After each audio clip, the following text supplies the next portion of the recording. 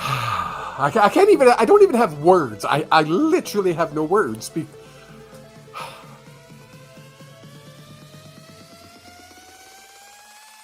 But right now, this entire contract proves, and the contracts that Jim Rutherford and Patrick Allvin have signed from day one have proved they're out of touch with what reality is with the Vancouver Canucks. We are a bottom 10 team that are acting like we're a top 5 team. What I go like, you can't. You literally can't trade everyone.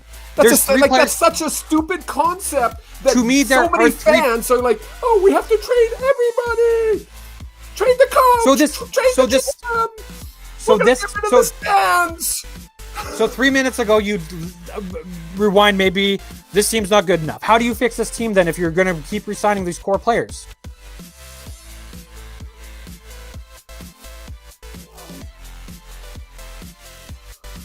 Well, there never is. You and I have discussed this so many times. The CFL is their own worst enemy.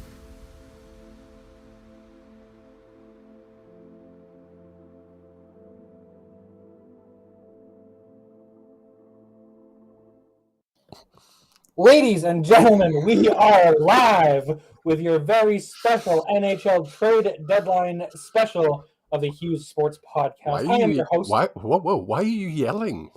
Because I'm trying to wake myself up. Oh, okay. I am your host, Jake Hughes, of course, alongside the old man, Kevin Hughes. How the hell are you doing? What a day. What a day. What a week. A week and a half, it feels like, that this trade deadline has been going on. But today was like, what the fuck happened? Did anything happen? From a Canucks perspective, we made 2 trades. Did they not know we canceled our show yesterday so we could have it today so we could be all excited about things they did yesterday and pat ourselves on the back and say, oh, we were so smart postponing our show to Friday? And instead they made all the trades on Tuesday, Wednesday, Thursday. We could have done the show Thursday for whatever. Did they do anything? Yeah, they did do one thing today. Two things today. Two things today. I'm just doing quick research here. There was only 1, 2, 3, 4.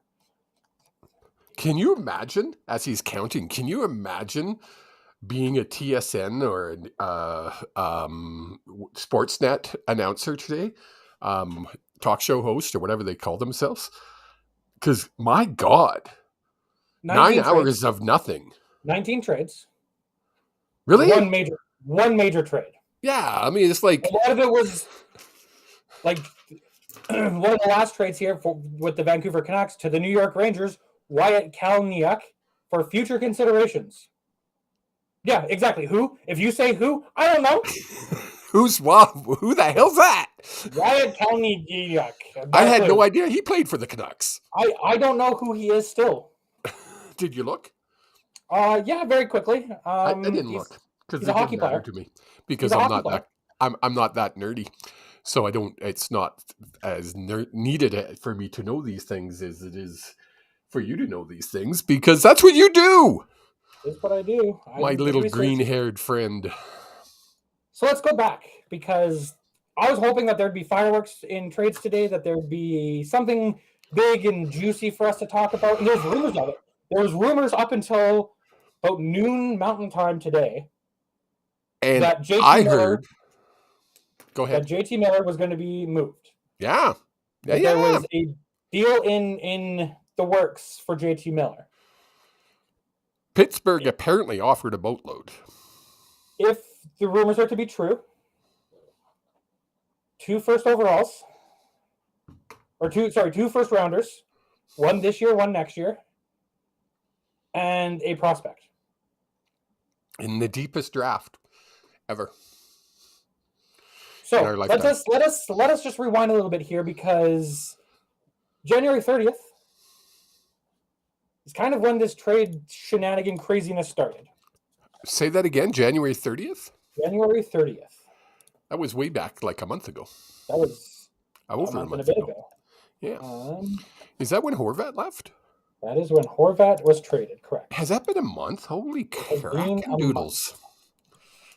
Well. So, as you can see on the screen. If you are listening, we'll go over everything. If you're watching YouTube, thank you so much. Drop a comment where you're from. But you can see here, we traded Bo Horvat for Anthony Beauvillier, Atu Ratu, and a 2023 first-round pick that was conditional. A conditional first-round pick. Now, for those who, again, can't see, the old man is throwing things, slamming the table. So why am I slamming the table, Jake? So before we get into why you're upset, okay. What was we talked about this on the podcast. Your initial thoughts on the trade is it's kind of what we know. Trade. Yeah, Beauvillier fits into our top six. Yeah. Atu Ratu is a prospect, and we had a first overall pick, whether that be this year, and it was 13th and beyond, or a 2024 unprotected first-round pick. It would have been great. Would have been fantastic. Either one. I think Beauvillier's fit in well. We were talking about this just before we went live. Yeah. Beauvillier's fit in very, very well with Elias Pettersson and the rest of the team. Very well. And Atu Ratu? Ratty? He did come up and play, I think, 2 games with the Canucks. Yeah. Got like 4 minutes of ice time. Yeah, he hasn't done a whole lot for us. He hasn't done a whole lot, and I don't think... And he admitted that he hasn't played that great, even with the baby Canucks, so... Yeah. But... It's a prospect. The big one for me was that first-round draft pick this year. Yeah. Counting that the Rangers weren't going to make the... Islanders. The Islanders weren't going to make the playoffs. Yeah, which they weren't going to. They're not going to not make the playoffs, in my opinion. They're a good team. Yeah. Sorry, I'm just moving things around because otherwise... He's moving things around, folks. That's what if you can't see, he's moving things around. I don't know what the hell he's doing. I'm pushing buttons. Yeah, no, I mean, the first trade, not a bad trade in my books. I was quite happy with it. I was very happy with it. And again, this is exactly what we had talked about. We wanted a prospect, a first-round pick, and something.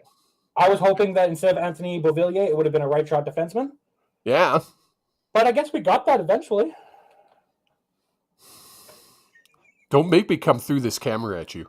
So then, lots of silence from the 30th until the 25th, when the New York Rangers were trying to clear out cap space, so they could all sign kinds of other trades. Yeah, they made all sorts of moves so they could sign Patrick Kane. Yeah, because everyone needs a... Don't say it. Carry on. Lovely human being. Liable. It's not libel. It's not libel. Let me just say what I was going to say. All I'm going to throw out there is that New York City has the largest person-to-taxi ratio than any other city in North America. So to help with that trade, the Canucks sent out William Lockwood and a 2026 7th-round pick for Vitaly Kravtsov, who we haven't seen play yet, I don't think. I don't think so. Maybe. If we have, you guys, as you can tell, we're very accurate and up to date with where the Canucks are up to. Has he been in? I don't think he's been in. He played yesterday. Yeah, one assist, 1 point. Yeah, it's yesterday, Thursday. Yeah, he's played 2 games. Yeah, with us, one goal or 1 assist. It's a flyer. I mean, basically, you gave up a prospect that the organization had given up on. Yeah, and not a bad trade. A 7th-round pick. Yeah, not a bad. Again, trade. What I'm expecting. These are the moves that I was expecting from the Canucks. I'm not a big fan of giving up any picks right now, but okay, 7th round. But a 7th-round pick, you have like an infantile % of making it to the NHL. Yeah, big deal. You'll be able to put it on your wall and tell your grandkids that you were drafted.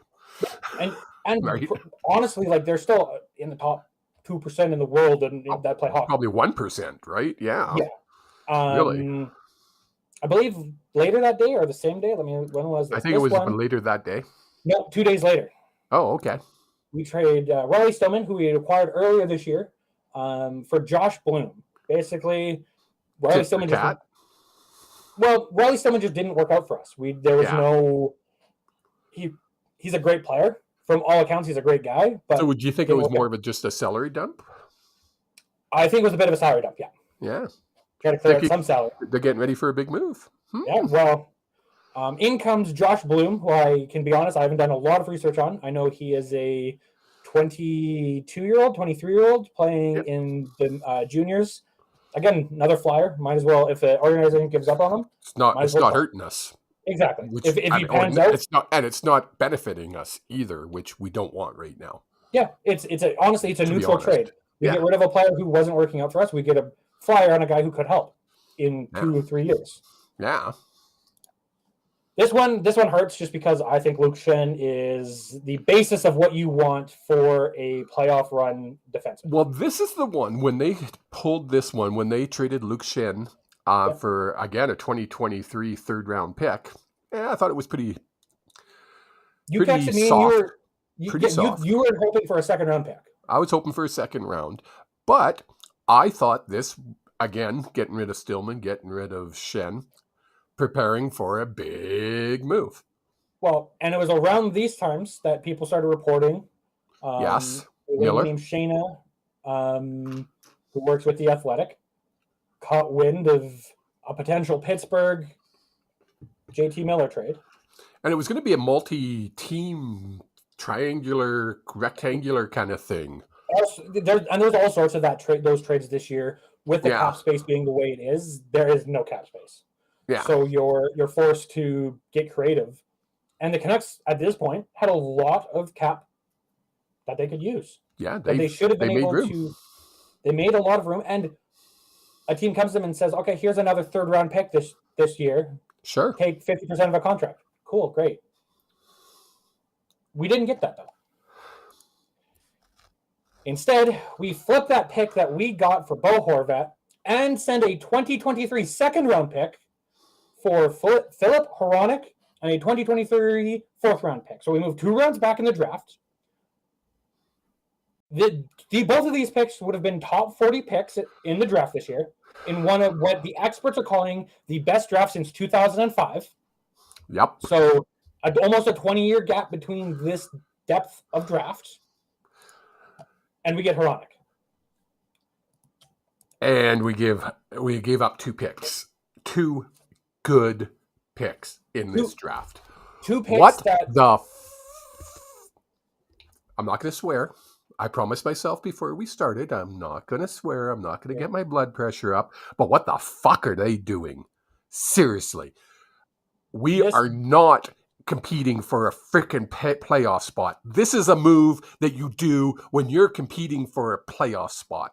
Yep. Jake said it in the intro. That's one of his favorite sayings is we're acting like we're a top 5 team when we're the bottom 5 team. Yeah. My head literally exploded. I had people texting me left, right, and center, laughing at me, going, "What the fuck are the Canucks doing? Oh, shut the hell up. You know how hard it is to be a Canuck fan right now?" Explain this to me, Jake.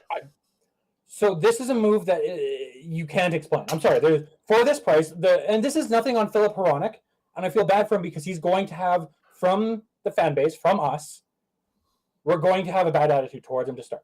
I hate and him it's not the player's fault. Hronek. What a stupid name. Hronek. He's a great defenseman. And honestly, he spells Philip wrong. Well, I don't believe he's English, so I think that helps. But Fudge. Yeah. It's mind-boggling because this is a player who, again, is a solid defenseman. He's having a career year. Like, this is the top he's been. So we bought high on a player that's cost controlled for one more season after this. He's only making like $4 million. And then we're going to have to pay him $8.5, $8 million, $7 million. And not just that, but now he coincides with Elias Pettersson's contract year. Oh, great. So why don't you just make me happier? So next year, what the organization has done, and this is probably going to be clipped, and this is going to be put on into the intro, one of the new intros that I make eventually. Next year, 2023-24 season is a cup contending season according to this office. This office thinks a team that's in 27th place right now as we sit here, 7/15, March 3rd, 2023, that next year, this time, we're going to be competing and in the top echelon of the goddamn league. How can Alvin? Alvin. It's like a chipmunk. He's one of the chipmunks to me now. He will be forever called Alvin. Sit at a mic, look dead center into a camera, and say, "Next year we're going to be contending for a playoff spot." Are you effing with me? Are you freaking effing with me? You did nothing. You gave away our picks. We now have the one pick. I'm surprised they didn't go and blow that today and freaking try to bring in. Calm down. There's still the draft. We could still blow shit away on the draft. Wait till draft day when we trade our first overall pick for Drew Doughty or something. Guy who's 100 fucking years old. So when this came down, as I said, I lost my mind. And so who do I go to? I go to my buddy Rod Peterson from the Rod Peterson Show. He's been involved in hockey in the NHL for decades. His dad was a scout. He's been around. He was play-by-play for the Bedard Pats. We've stopped calling them the Regina Pats, and they're now just called the Bedard Pats. I mean, that's the team. And I sent it to him. You want to hear his reply? Yeah. Did you get permission to say this out loud? There's no swearing. All right. I feel terrible for Canuck fans. And then he says, being an empath sucks. So first he says he feels bad for me. And then he says, it sucks that he feels bad for me. Yeah. It does suck. Like, I looked at this trade and I said, breathe. Because you texted me right away and you were like, what the fuck? And I was like, breathe. There needs to be something more. I went into today. I went out last night. I'm a little bit hungover. I'm normally the guy who wakes up at 6 o'clock in the morning Mountain Time, 5 a.m. Pacific Time, to watch the trade deadline while I'm getting ready for work. Watch it all day at work. I woke up a little bit late, so I was panicking to get to work on time, and ish. So I get to work, and I turn on Sportsnet 650 because I prefer their analysis rather than the TSN and Toronto bias and Sportsnet and them. And they're just hanging out, waiting for trades. And just hanging out. Trades. Sort of like me. And then we get this trade, which I was like, okay, this isn't a bad trade. It's not. Trade Curtis Lazar. Again, a player that I wish played better for us. Yeah. BC boy, and in his interview when they interviewed him on the air, you could tell he was very disappointed that he was leaving the Canucks. He was not happy. He really loved Vancouver. Well, he's from Vancouver. He was born and raised. He grew up just like you have that flag there. He had a flag in his bedroom. Well, yeah, exactly. Oops, I broke my headphones again. You should probably get new headphones. Hold on. Keep talking. I will. I have no problem talking. So when I see this trade, I'm thinking, okay, maybe they're clearing out a little bit of cap space. Yep. Or something a little bit bigger. Maybe JT Miller is on the move because there was all sorts of rumors that Miller was on the move. Yep. Waited all day. Just before this, I can't remember who. I think it wasn't Frank Saravelli. I can't remember who tweeted it. That the Pittsburgh Penguins had offered, before picking up Mikael Granlund, a 2023 first-round pick, and either a 2024 or 2025 first-round pick. Oh. Plus something, and no one knows what that something is. Yeah. For JT Miller. And then you have Alvin saying, "Well, we had one phone call on Alvin, and we didn't think they were that serious." Seriously, that's your answer. That's the only answer he can have. It is like the only answer he can have from a business standpoint, from a not ruining relationship standpoint with JT Miller, with whoever he was negotiating with, is we discussed it, but nothing was serious happened. Okay. But also yesterday, let's rewind a little bit, because yesterday JT Miller was able to play hockey after being told first the Canucks said he was out 3 to 4 days, like a week. Yeah. His agent then said he was out week to week. And then a day later, he's back on the ice miraculously because, and the story is he came to the rink and he wanted to play. Yes. Okay, cool. You're going to tell me that wasn't for trade-related reasons and a trade fell through? You can't. Because we are the worst ran team in this league. I'm about to get up. I'm about to turn that flag upside down. I'm not going to. Because I think honestly, that is the state we are at with the Vancouver Canucks. All flags should be upside down, and we should be like screaming foul. I'm done. Because the flag upside down, we're gonna have a show every week for the rest of the playoffs. We got 20 games left, thereabouts. And then we'll have the playoffs, and we'll have shows every week. I don't want to talk about the Canucks anymore. No, honestly, because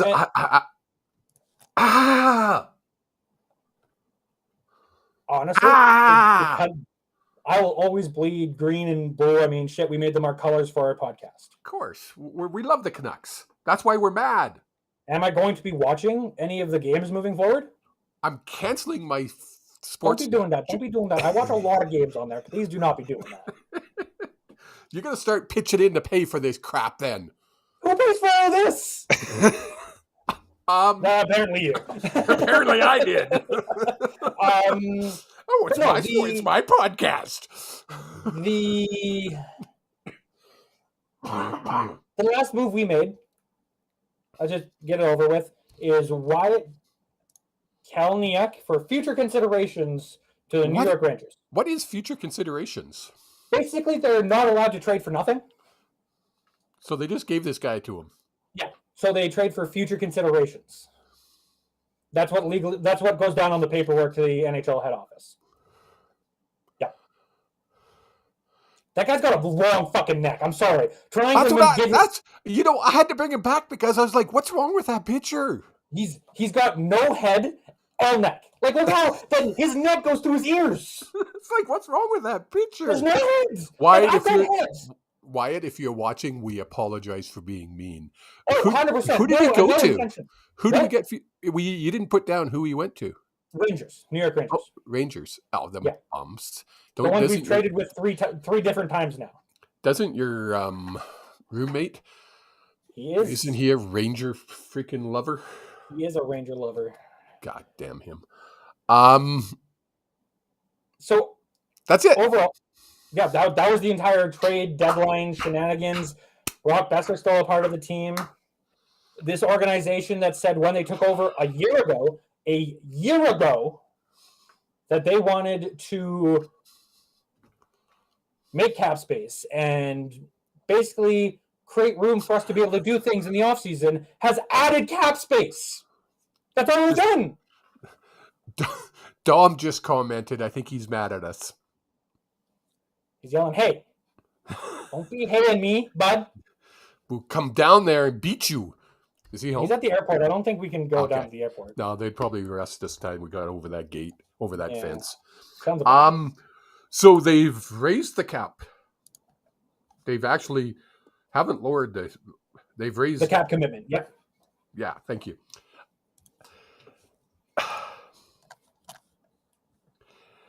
And now we hopefully tank. How can we tank? Why are we tanking? We need to be competitive next year. We haven't done anything, though. Wow, you just went staticky there when you yelled. I was slamming the table. Oh.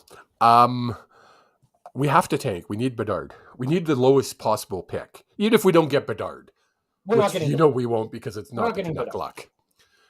We need a lower pick. We need a lowest pick as possible to bring in, hopefully, a defense. I don't know who's up besides Bedard. I haven't heard a whole lot about who's up, to be honest. But hopefully there's someone in defense available somewhere. There's no defenseman kind of in the top like 50 picks. Really? Yeah. None? And I mean, it was funny because Jeff McCleary, who watches us on a regular basis Blazes. out of Kelowna, British Columbia, Mr. Sleepy's Mattress, old boss of mine, he had said how hard it is to get a good defenseman. He was trying to defend that trade I did that see they gave that. away 2 picks this year. Not just 2 picks. 2 picks in the top 40. Yeah, and it would be. It is very hard to get a good quality defenseman. It's been proven over and over. Quinn Hughes. I mean, yeah, super hard. Sammy He's Salo, one in a Kevin mill. BX, Alexander Edler. Should I go on to the list of defensemen that we Did you just put Edler in there? Yes. You did that just to piss me off, didn't you? He is. Stop. One of the best defensemen that we have ever had in our. If you couldn't see that, I punched Jake through the camera. I give him a smack. Sometimes you just got to beat the kid. I'm joking. You don't beat your kids. It's not allowed in 2023. So apparently in 2010 it was okay though. In the number 11 pick, according to an article on Sportsnet.ca, is the first defenseman. Say that again. The first defenseman in the 2023 draft, according to this article on Sportsnet, is number 11. Oh, okay. So. And then 15. And then 18. Bad. So there's some defense in there. Yeah, not a lot, but they're not. Like even reading here, the top one is possesses all the tools to project as a top 3 defenseman at the next level. So second pairing guy. Right? Not bad. You went into the trade deadline season with 7 picks. You came out with 5. You came out with 6 in the first 4 rounds. 6 in the first 4 rounds. I'm looking at it right now. Oh, okay. We have our first. Okay, because we picked up a pick there, didn't we? Yes. Yeah, okay. We don't have a second. Yeah. We have our third, which would be a top end third. Yeah. Then we have the Toronto Maple Leafs, who are pushing for a big playoff run. So they're one of the best teams in the league right now. Come on. Then we have our fourth. Detroit's fourth, New York Rangers fourth, no fifth, a sixth, no seventh. So a team that has nothing in the system to come up, very little in the system to come up. I'll preface that. I can't say nothing. Very little in the system to come up to replace these players. Yeah, nothing. And we're spending draft capital on, again, a great defenseman. In my opinion, you put him and Hughes together on your top line, on your top pairing this year, for the rest of this year, to see how much chemistry you build. Yeah. If there's I don't disagree. But that wasn't the purpose of going into this draft. This was the plan. This was the plan. We're going to turn around in 2 years. I've run out of anger. I've run out of the definition of insanity is liking the Canucks. Is doing the same thing and expecting different results. Let's go back. Choose a year between Canucks. Choose a year between 2014 and 2023. Because I will tell you exactly what they did to try to make shortcuts. Yeah. This move right here. They've done it over and over. We're not going to be able to keep Patterson if we don't shore up things, or Hughes. They're gonna walk away, and Demko. Well, and they are. That's a problem. Nobody wants to play for the Canucks right now. Cool. You know how much capital you could gain? Don't get me wrong. I love Patterson. If he ever leaves the Canucks, I think it'll be one of the, if not the darkest day in Canucks history. Trevor Linden. That's what I'm saying. That's how good of a player I think PD is. Yeah. If PD is to walk away, we're getting 4 first-round picks, a bunch of things to stock the cupboards in Abbotsford. Like you're acting like we would trade him. You literally think the Canucks would trade him. No, he'll test free agency, and they'll just drag it out, and then he'll just walk away. And then they'll use the famous line from Jim Benning. We ran out of time.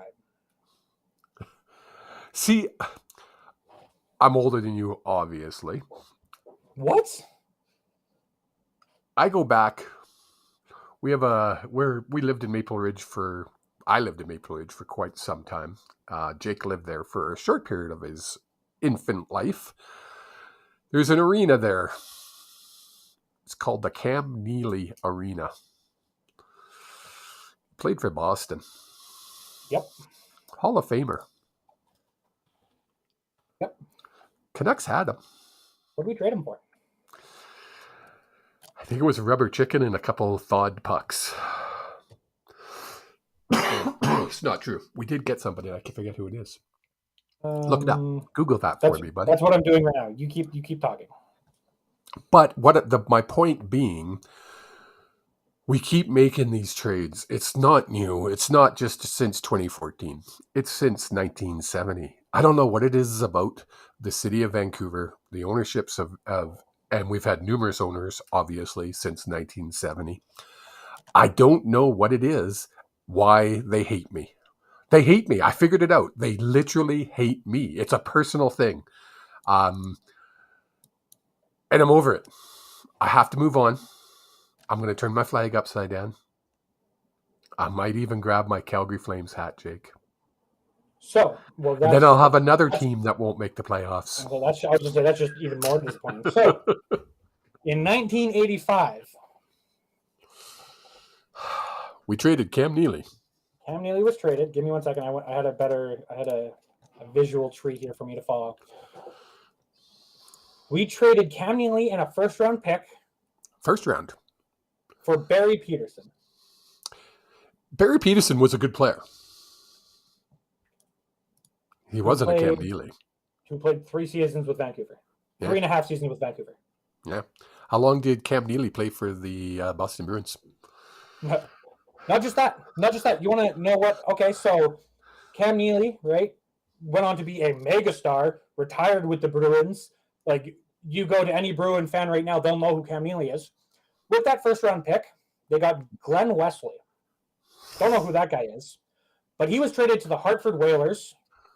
Don't know who that guy is. Don't know who that guy is. I do. Anyways, carry on. He got traded to the Hartford Whalers for a 1995 first-round pick, a 1996 first-round pick, and a 1997 first-round pick. So let's start with the 1995 side. That 1995 side turned into Kyle McLaren, who is eventually traded to San Jose. That's San Jose traded them Jeff Gilson and Jeff Hackett. Jeff Gilson then turned into Brad Boyes, which, pretty good player. Yeah. Brad Boyes was traded to St. Louis for Dennis Weidman. Dennis Weidman was traded to Florida. For? Gregory Campbell, who I don't know. No. And Nathan Horton. Now, I don't know if you remember that name, Nathan Horton, but he was kind of important in the 2011 series. That's one branch of that tree. Let's keep going. No, I'm done. The 1996 pick that was Hartford's. I shouldn't have brought it up, folks. Turns into Jonathan Aiken. Don't know who that is. So the 1997, that's the end of that tree. Nice and easy, that one. That was the 1997 pick turned into Sergei Samsonov. I know how to pronounce that name. Pretty all right. Yeah. Samsonov was traded to Edmonton, which is where I know him from, for Marty Riesener, second-round pick in 2006. If you can tell me who that pick got them, I will be flabbergasted. Was it Kane? No. Oh. No, not Kane was never on Bruins. No, sorry. Go ahead. And Jan Stastny, one of the Stastny people. Sure.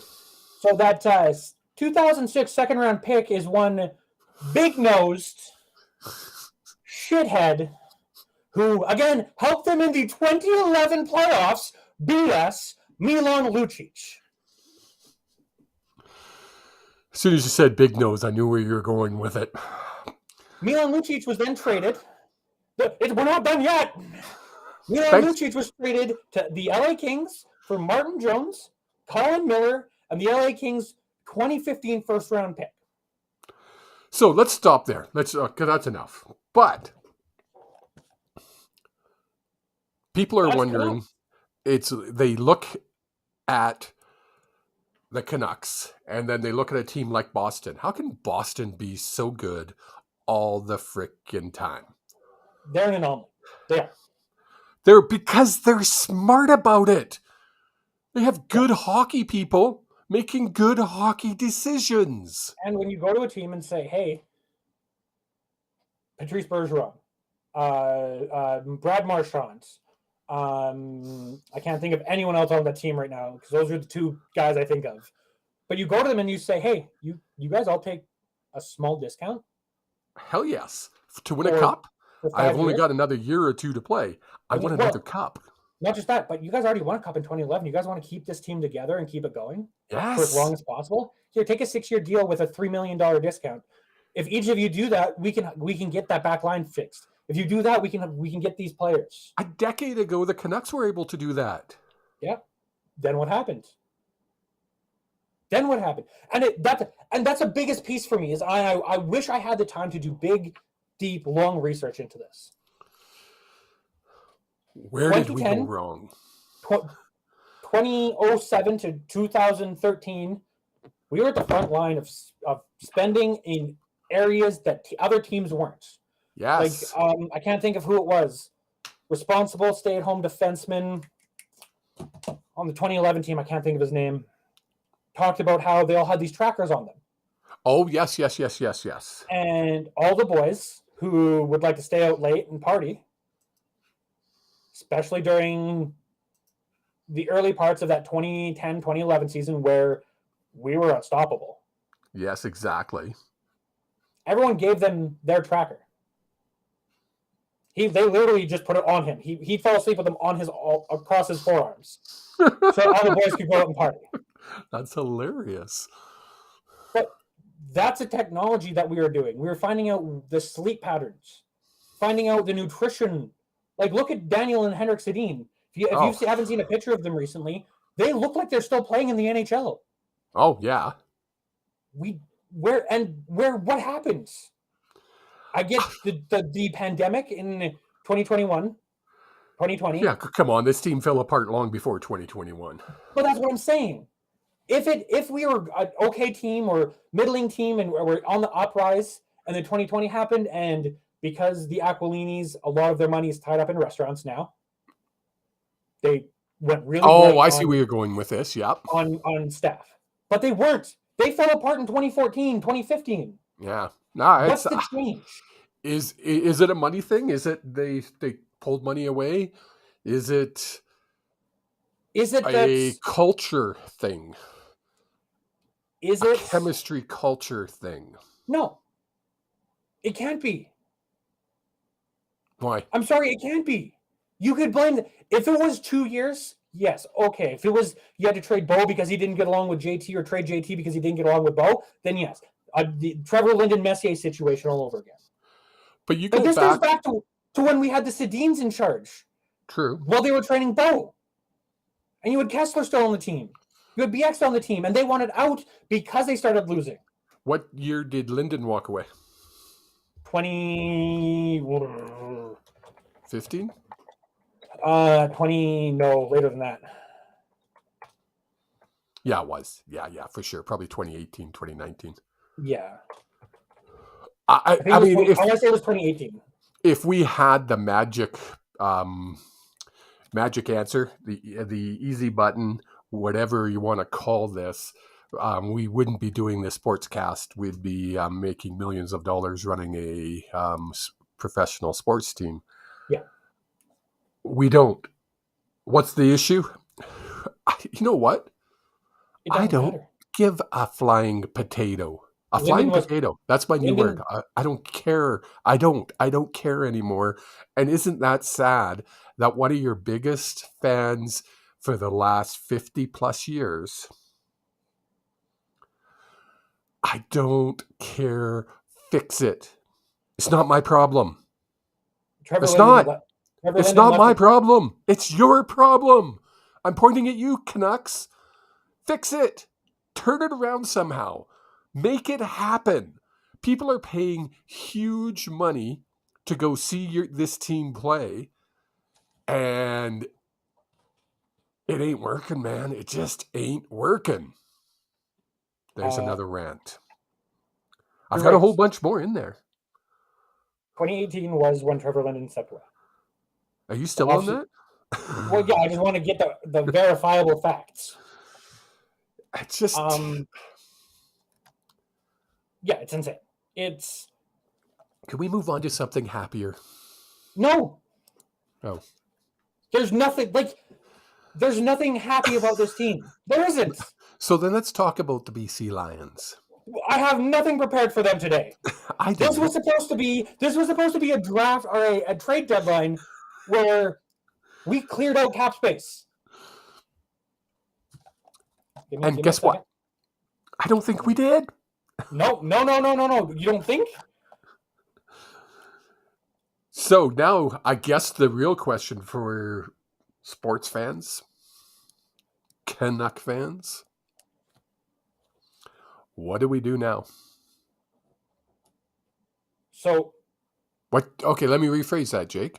Yep. Being the diehard Canuck fan that you are, if you were in charge tomorrow, so the trade deadline's gone, you can't go back. Remember, we got to live in the now. It's 7:42. I'm putting on my medium hat. It's 7:42 on March 3rd, p.m. 6:42 Pacific time. I'm handing you the reins for the Vancouver Canucks for the next 6 months. Let's say next 10 months. Let's take you into next season. Give me a year so we can get to the trade deadline. You can go up till next trade deadline. Okay, so what do you do? We play out the season. Anyone who gets a nick, a bruise, a slight scratch, loses an eyelash. You're out for the season, and we bring up everyone. The players who are in the AHL right now, you bring them up as in my opinion. I don't know the rules on creating the waiver wire and how many people you can bring up and down at a time, but you bring up an entire line at a time to see how they play in the NHL.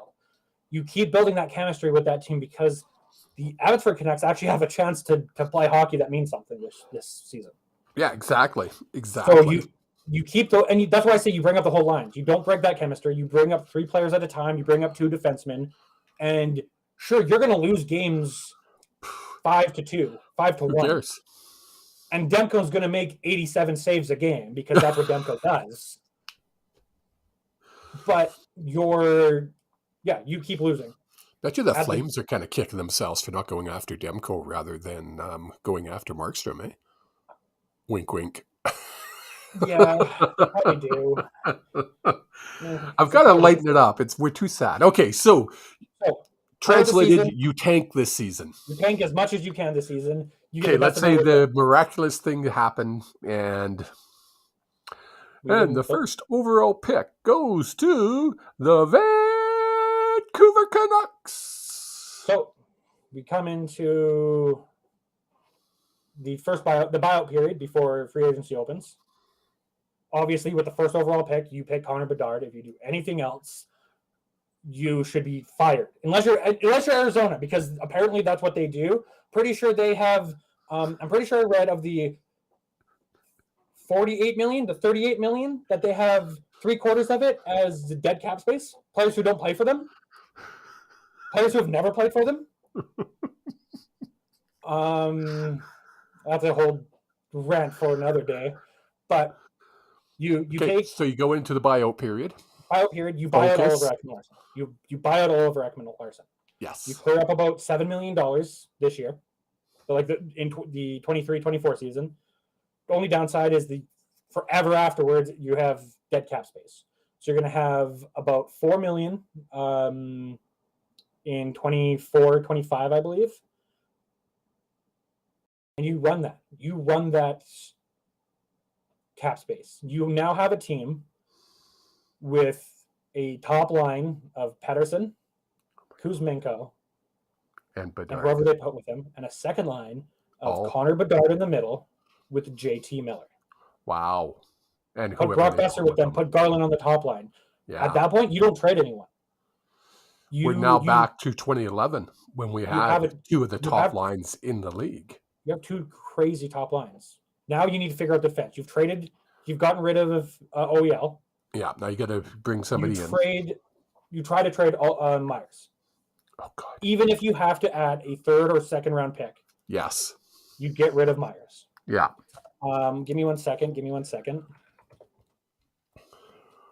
He's Googling something, folks. He's got an idea in his head. Oh, I have all sorts of ideas in my head. Don't stop him yet. So you then go out onto the free agency market. And you sign. Sorry, I'm trying to sort this by which way they shoot. You sign a Eric Johnson, a Matthew Dumba, a John Klingberg, a Kevin Shattenkirk, somebody, a Troy Stetcher, who be shocking if we had him on our roster at one point. And Anton Stralman. You sign someone who is going to be that third pair defenseman on the right side. In my opinion, you have Hughes Bear as your top pair. You have Luke Shen, who we re-signed in the free agency period for another league minimum. Even when they traded him, that was the first thing I saw was we'll get him back in the free agency. It's like they made a deal. Well, we're going to trade you, but we want you back. You know why he loves us so much, right? We saved his career. Yeah. Oh, definitely. So he was in the not definitely like it was. He went to the AHL. We signed him, or we traded for him, and brought him back up. I know you said definitely. I thought you said maybe. I heard it come out of my mouth. It was like, if nobody could see, I was giving him the dad look. I'm like, what the fuck are you talking about, kid? No, we definitely revitalized, put Paddles to a flatline career, and he's been traded at almost every deadline to a competing team. Yeah. Because he's that gritty, stay-at-home, hard-hitting playoff defenseman. So do you believe that's a rental then? For Toronto? Yes. Yeah. 100%. Yeah. I don't think Toronto would want him. They're not going to sign him. No. I think you can get Luke Shen for under $1 million again. Yeah, maybe at $1 million. Yeah. For a year. Between $9 and $1 million. Yeah. Because he's making $850 right now. Yeah. So you sign him to $1 million and you say 1 year deal. Yeah. Until you don't want to play anymore.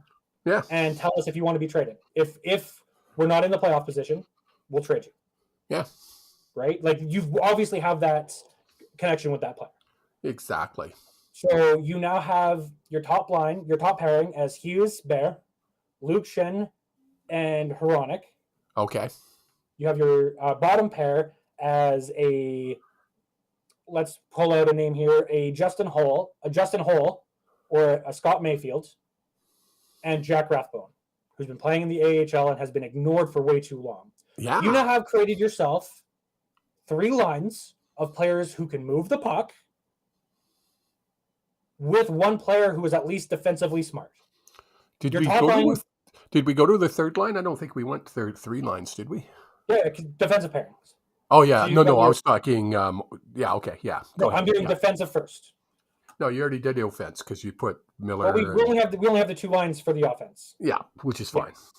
Then, you would have to flesh out your third line where you have Podkolzin, you have Höglander, you've got Beauvillier, you've got... Like, you know what I mean? You've got a lot of options. You just need a center. I think the only thing you need is a center and a backup goalie who can play 20 games. Yes. Because Seelovs can't. He's proved that. Martin, the pressure got to him as a starter, and I don't know if he'll ever be the same again. I don't know. I don't think he will. He didn't look... He had so much promise. Well, we as the media, the fans, saw him for a short period of time in a very strange circumstance. Yeah. And he played well. When we were playing up against teams that were taking us lightly. Yeah. Let's not kid ourselves. Last year, at this point, teams weren't taking it. Like, we thought we were on a push. But you think when Boston came to town or Toronto came to town, they're like, oh my goodness, it's the Canucks. So, yeah, that's what you do. Look at that. I've just fixed it. Give me $8 million of cap space and a trade of Tyler Myers, and we can fix this. $8 million of cap space, you say? from Because you're buying out a EOL buyout. Don't get me wrong, that screws us long term. But if we've already put the pieces into motion to win now, you might as well win now. Now, having said that, well, I'm going to go back to what Alvin, the chipmunk, who runs this frickin' team. Yep. Are with those additions. Yep. Are we fighting for a playoff spot? The ones that I made? Yeah. In our fantasy scenario where we have Connor Bedard on the top line, on the second line, you can shelter him from matchup minutes because PD can handle it and actually thrives under it if you look at the underlying statistics. Yes. I think not only do we leapfrog, again, fantasy world where Bedard is on the team, we leapfrog LA. Oh, yeah. We leapfrog Calgary, who's moving in the wrong direction. I love it, but yeah. So the only two teams that are ahead of us in the Pacific is the Connor McDavids and Vegas. Those are the two teams. Yeah. And Connor McDavid goes down, their team's screwed. It would be nice. It's realistically what I think is going to happen is none of that. We're going to move back 2 positions. We're going to finish in 10th or 11th because we're going to go on a stretch of wins because that's what we do. We're going into one of the easiest stretches of our calendar. We're going to draft like 13th, our 13th overall pick, which could have been our pick if we didn't trade for Philip Hronek. One thing I want to talk about before we get off the air here. What's going on in the division or the conference, whatever, the East versus the West? The East, it feels like, and maybe it's just me because I think that they're doing things the right way. It feels like the East, the teams in the East, saw the assignment, understood it, and aced the test. Well, yeah. The teams in the West were like, well, you look at the East right now in the wild card position. Top 2 teams in the wild card get in. So you got Pittsburgh and New York Islanders right now. Yep. They have 71 and 70 points respectively. Yep. And then you have Buffalo, Ottawa, Florida, Washington sitting at 66 points. And you have Detroit sitting at 65. Then you drop down to Philly. We won't even go there because they're down to 57. Flyers suck. So you got the 7th spot in the wild card. So 5 out of the wild card. And you're only 5 points out of a playoff spot. Which is quite a swing. Like only 5 points. That's a 6-game swing. My point is, go to the West. Yep. Top 2 teams get in. You've got Edmonton and Winnipeg. Edmonton has 74 points. Winnipeg has 72 points. The next team to them is Calgary. Guess how many points behind they are? I'm going to go with 5. 5 points behind. Look at that. And then you go to Nashville at 66, 6 points behind. And then you drop down to number 5, which is St. Louis, at 59 points. And for some reason, Canucks now come back up to 6.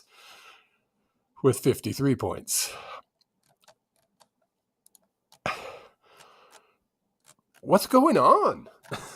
Like, the East... For many years...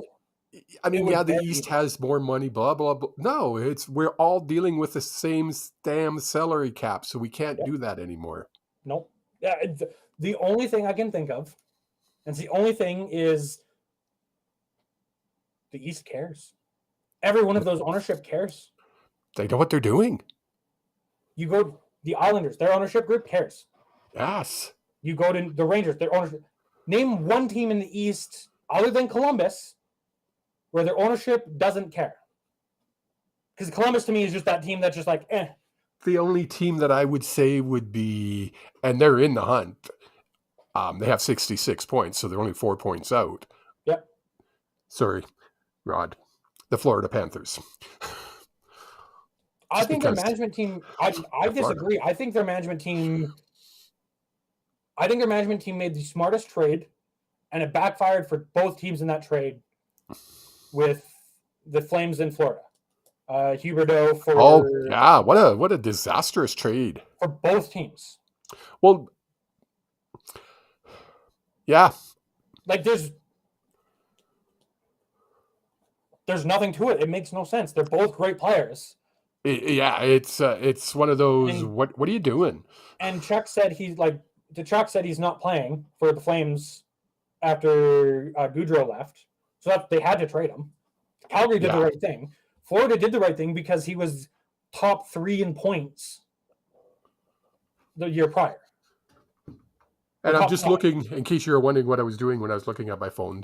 The reason I pulled all that up was to see where the Canucks were in the playoff draft. Yep. Or in the draft, not the playoffs, because they're so far away they can't even see the playoffs. They're now sitting 6. We were down to 5th, but we had to go and tie a bunch of games, in the last minute. Thank you. Again, I'm never going to blame. I'm going to be upset with the players. Oh, you can't be upset with the players. I mean, they're playing. Yeah, I can. Don't be scoring with 30 seconds left in the game. You're playing to win. I would have loved to have a camera on Rutherford or Alvin, or even the coach for that matter, when he scored. I think the coach is trying to win. Okay, so then just Rutherford and Alvin. I would have loved to see their reaction when he scored to tie it up twice, 2 games in a row. Because it would have been funny. It would have been funny to see that, because they were like, oh. Well, and that's the thing. Like, as an organization, you're like, don't score that. Don't score. Don't score. Don't score. Oh, Ellison is just howling at me because I watch the game on my phone, and I'll just have it sitting while I'm watching an actual show. And every time the Canucks score, I'm like, oh, for fudge sakes, what are they doing scoring? And Allison's like, oh, did the other team score? And I'm like, no, the Canucks did. I don't want them to win. It's wild that's where we're at in the world. And I never cheer for the Canucks to lose. No. Even when you were like, oh, we need to drop down and draft, blah, blah, blah. I'm like, no, we're going to make the playoffs. This is the first year you have ever been tank. It's the first year I've ever seen you say, why are we winning games? It's the first time in my life I can honestly say that I'm tired of being a Canuck fan. 12 years since we were in the Stanley Cup. Fine. I'm tired of being a Canuck fan. I'm tired of losing. I'm tired of a team that is called the helpless losers. It drives me absolutely insane. What the hell do you got up there now? So this is from our lovely friends at tankathon.com. This is the 2023 NHL mock draft. While we were talking, I clicked the sim lottery button one time. If you're watching on YouTube, you can see Connor Bedard, first overall to the Vancouver Canucks. We are going to do a live show of the reveal. I'm in. When is the reveal? I will make sure I'm home. We will do a live show, because if it happens, you will see the old man cry. Yeah, you can't see it. I got goosebumps right now just thinking that we have a possibility of a player from West Van who is a phenom. North Van, but that's okay. North Van, West Van, same fucking thing. No, don't say that. They get really mad. Well, West Van people, don't call a West Van guy a North Van guy. They'll be fisticuffs. Well, don't call North Van West Van. They're so pretentious they had to make their own city outside of Vancouver and call it North Van. And then they had to put up a special little area called the British Properties in West Van. That's like the upper echelon of West Van. All right then. Very pretentious. Yes. Well, do you have anything else to say about today, this week, this draft, this tormentous season of the Canucks? Yeah, I think that sums it up. Okay. Is that can that be one of our highlight reels? I think that's you've got to clip that. That's got to be a highlight reel for the rest of the season. That's we might make that a soundboard. So I just click a button. One thing I do want to mention before I forget, because the old man's brain doesn't work the way it used to. is I actually had the pleasure of listening to Sean Lemon, the Lemonator, who was recently traded from the Calgary Stampeders to my BC Lions. Not traded. I was overly impressed with him. Of course, I don't need to say it where I heard him. He was on the Rod Peterson show. Yes, one of the only places that actually gets CFL players on. Well, because he goes out and finds them. Yeah, he goes. It's not the CFL isn't giving them to him. No, his crew is actively searching for him. Do you know what's happening right now in Palm Beach, California? Is it the International Combine? No. Oh. It's the CFLPA yearly conference. Oh, interesting. Yeah, nobody knows about it, but it's there. Of course not. It's why would Lemon is down there. Why would TSN report on anything about the players and what they're doing? And no, what really impressed me about this man was Rod asked him. He's bounced around. He really has. I checked his thing. I mean, this is his third stint with the Lions. He's played with he's bounced all over the place. Rod asked him, Did you take a look at the XFL or did you take a look at the USFL before you made the decision to go to the Lions? Rod didn't get the question out of his mouth when Sean said, absolutely not. He says, if you're a kid coming out of university and you want to play for a farm team, then you look at the XFL or the USFL. If you want a professional career, then you come to the CFL. I am making a Hall of Fame career where I am playing in the CFL. He was so passionate. And so I was like, I'm driving. I was going out to see the motorhome. And I'm like, yeah, as I'm driving down the highway. But that's talk about passion. That's what the CFL is all about. And thank you. That's what we need more of. I would love to hear more CFL players being interviewed. Yes, I definitely agree. Okay, because it's a voice that's not heard. The NFL gets all this attention. There's always players being talked about. There's no matter what month it is, there's NFL news. It's hilarious because if you listen to Rod Peterson, who literally his 2-hour talk show daily, Monday to Friday, is NHL CFL. That's all he talks about. He'll mention scores in the NFL and he'll mention the Super Bowl, of course, but his guest, everything's NHL CFL. Yep. He lives down in Florida, and his biggest thing is it's 24 hours a day, 7 days a week, NFL. You turn on the TV, it's where's Rodgers going? What is Rodgers doing? Rodgers just spent 4 days at a retreat, and he was sitting in a black room with no lights.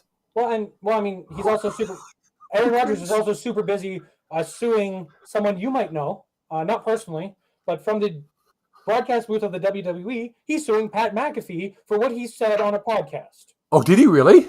He's going to court now. Nice. So yeah, it's whatever it is. The CFLs need to get their head out of their ass and put people like Sean Lemonator on in front of us more often. No. Put Rod Peterson in front of us. Give us people who are passionate about the sport in a position for the entire country to see. Yes. In a spotlight. God, yes. The panel, I love the panel during halftime. I think they're great. I do. Because you've got Milt Stiegel, fantastic player. You like the newest addition of Sanchez, the former coach. Those guys are great. Yes. But they're limited to what they can do. They do the panel.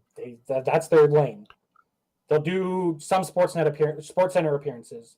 But you've got someone like Rod Peterson who's not afraid to ask the questions. And that's why he's not being put in front of Well, of course.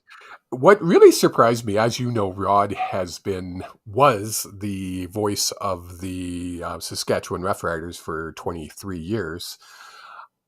It amazed me. I was really shocked to hear, he got a ring when the 2 times they won the cup in those 23 years. Yeah. He was a part of the media. He got a team ring. They're owned by the team. Well, it's like that with every team. If you're a broadcaster for that team, you get a ring. Yeah. Every day, he did a show on his radio station called The Sports Cage. And every day, the owner, GM, president of the Riders, texted him, emailed him, this is what you're saying today. And this is what you're saying tomorrow. Could you imagine? Like, I'm just imagining, because I know I've met Rod. Yeah. Had conversations with him. I could not see him taking too lightly to someone saying, here's your script, read it. As he said, when they're paying the bills, you're doing what you're told to do. Do you think the broadcasters for the Flames get to actually say what they really think about the Flames? Absolutely not. The only time you're hearing the actual people who are free to say what they want is on a podcast. So Sportsnet 650, the rights holders for the Vancouver Canucks, has 2 hours a day of Thomas Drance. Go listen to him. Go listen to him and tell me he's not getting a phone call, and I can almost guarantee you he's not getting a phone call every week saying you can't be saying this shit. Rod has told us stories of, like, on the air, he tells stories how the GM used to call him into the office and literally bonk him on the head and say, what the fudge are you doing? You can't say that. So you're guaranteed that happens on 100%. A regular basis. But, I mean, the nice thing with Thomas Drance is he can get away with it because he's so trusted and he's so in touch with what's going on. But they'll pull people's media accreditation for bad-mouthing them. Yeah, I mean, look at Go Sports Media. Yeah. Matt Cares, Blake Price, and the Rink-Wide crew. They don't have media accreditation, full media accreditation. They have bits and pieces. They get what the Vancouver Canucks want them to have. But they don't get full accreditation because, God forbid, someone bad talks the team that's been mediocre at best for 10 years. The Flames have been mediocre. I said at best. The best point in the last 10 years, the playoff run in the bubble, COVID season. Yeah. One arena, 6 games a day, which I think is insane, and I would love to go back to that with fans because I think Edmonton would be amazing. Love that. But mediocre at best. Mediocre at best. And on that note, hopefully this show was better than mediocre. In the meantime, whoa. Before we leave, everyone, please do head over to HughesSports.ca. The old man wrote probably the best things he's ever written in his life. Thanks, buddy. I mean, it's not saying much. You've written like 5 things in your entire life. Wow. When you're old, you used to use a typewriter. It used to take you a long time to write like 1 page. You're such an ass. Do check it out. I did also post because I expected there to be some like cap retention and utilizing of the cap space. Something. That whole article kind of went. Yeah, that entire article went out to the pastor with Lassie. But do also hit subscribe on YouTube, hit the like button, leave yourself a comment. Please. If you're listening on podcasts, subscribe, download, click the like button if there is one, leave a comment if you can. If you have ideas for us for the podcast, if you have ideas, we're brand new to this, guys. We've never done anything like this, even close to doing anything like this. So if you have an idea, fire ideas at us. We'll probably tell you we'll take them into consideration. Yeah, definitely consider them. To get at us, where can they find you to tweet at you? Tweet at me. You can tweet at me at Kevin Hughes. At Kev Hughes 64 on Twitter. That's Facebook. It. I couldn't remember it. On Facebook, you can also follow him and his other pastime doing channeling, Cavelli channeling. Yes. on Facebook. There's an entire page there. You can figure out what that's all about. You can follow me at Common Courtesy with a 3 instead of the E on Twitter, on Instagram, as well as on Twitch. And little hint here, this might be the first time I've ever said this out loud, and on YouTube. Follow me on YouTube. There might be some things going on over there. You can follow both of us. We both post at HSP_pod on the Twitter machine. That is the podcast Twitter. And you can follow us, Hughes Sports Podcast -HSP on Facebook. Wow, we have a lot of plugs to get through every day. Wow. We should plug those during the show, maybe. Well, no, but I figure if we get to the end of the show and they're still listening, they're going to go, because you've obviously got nothing better to do if you've sat here for an hour and 10 minutes listening to you and I babble. About nothing. We love you. We babbled about nothing. That's what the Canucks did. Nothing. We are the Seinfeld of all podcasts. We spend an hour and 10 minutes. That's 70 minutes talking about nothing. No, that's not true. We talked about how we added salary instead of losing salary. Nothing. Yeah, nothing. Till next week, folks. Thank you so much, everyone, for listening, checking us out. We will see you here next